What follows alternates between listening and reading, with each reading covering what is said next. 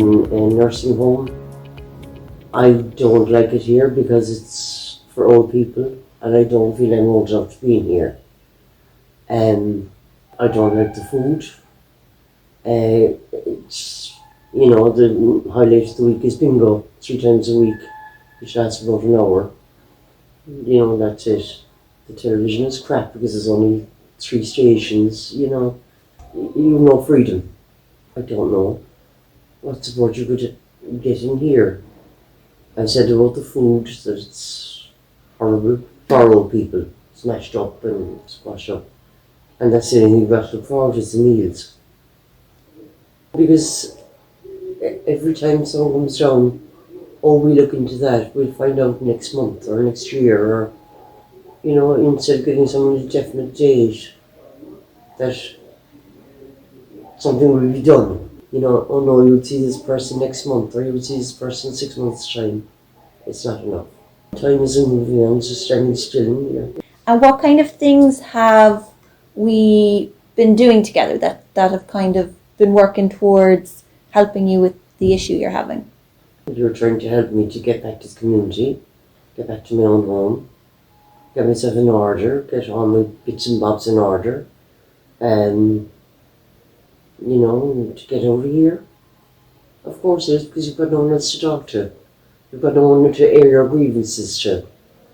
Whereas I can say it to you and you might do something about it.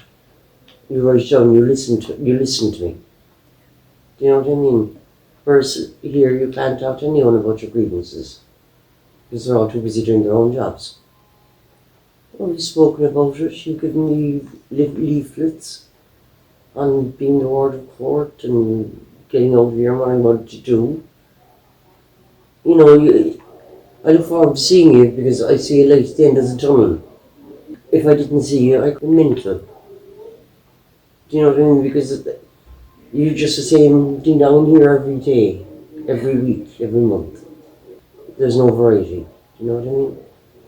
So it's helpful to have you here. To give me a bit of hope.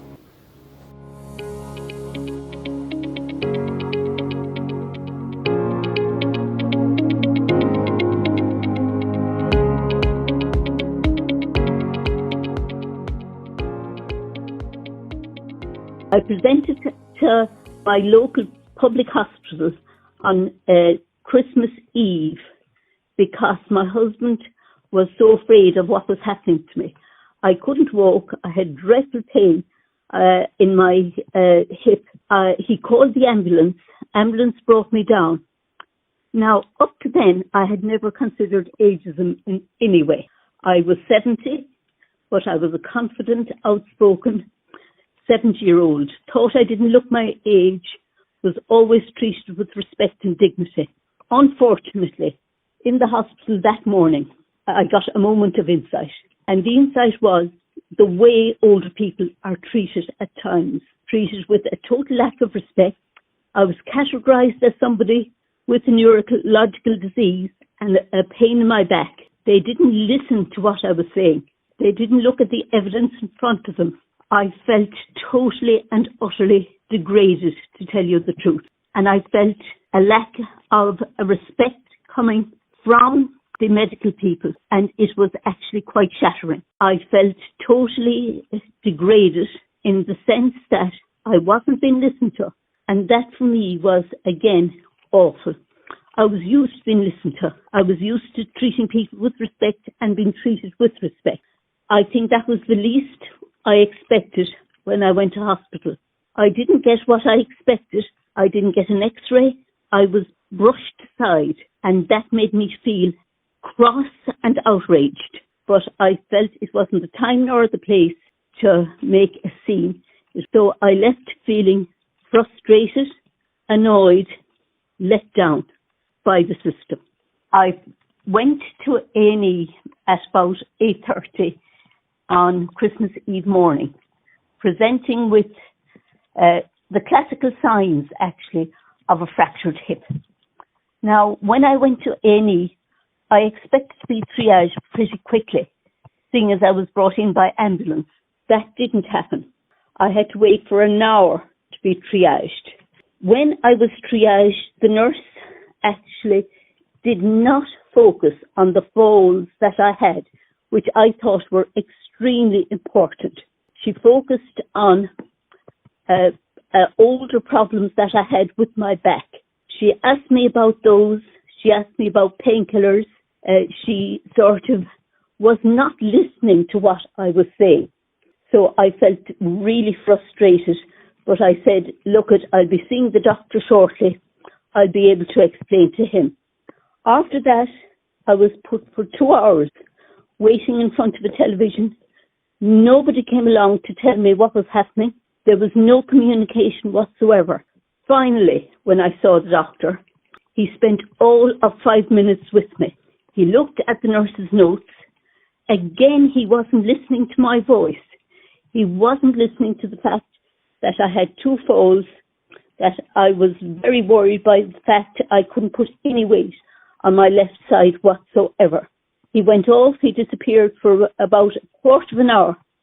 I saw him talking and laughing with colleagues. He then came back to me after a quarter of an hour and said to me he was going to put me on painkillers. He asked me, was I satisfied with the treatment I had received? At this stage, I said, what treatment? I received no treatment whatsoever. Now, he seemed to be a little bit taken aback by that, and he said he'd examine me. He examined me and again focused on my back, mentioned an MRI, and mentioned the fact that he put me on much stronger painkillers because he could see the pain that I was in. He put me on Plexa, which is a type of morphine. So I wasn't really satisfied with the treatment.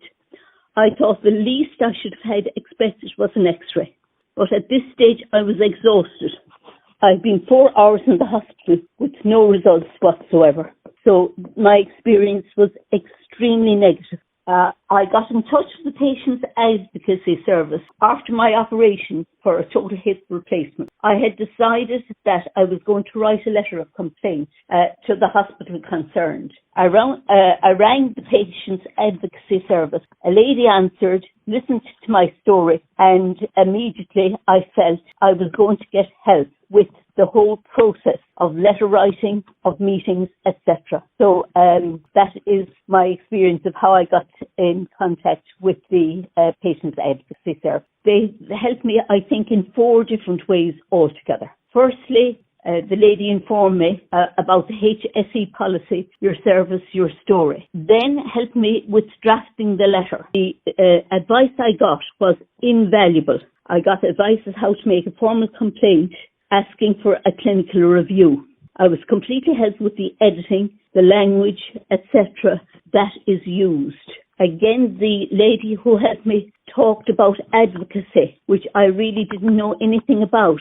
And again, I came to the conclusion that I would need an advocate if I was to go forward with this complaint. For me, there has been a positive outcome. I got what I wanted. I got the apology and the recognition that I had not been treated properly. And I do think they probably listened to what I had to say about treating older people with respect and dignity. It is so important not to talk down to older people.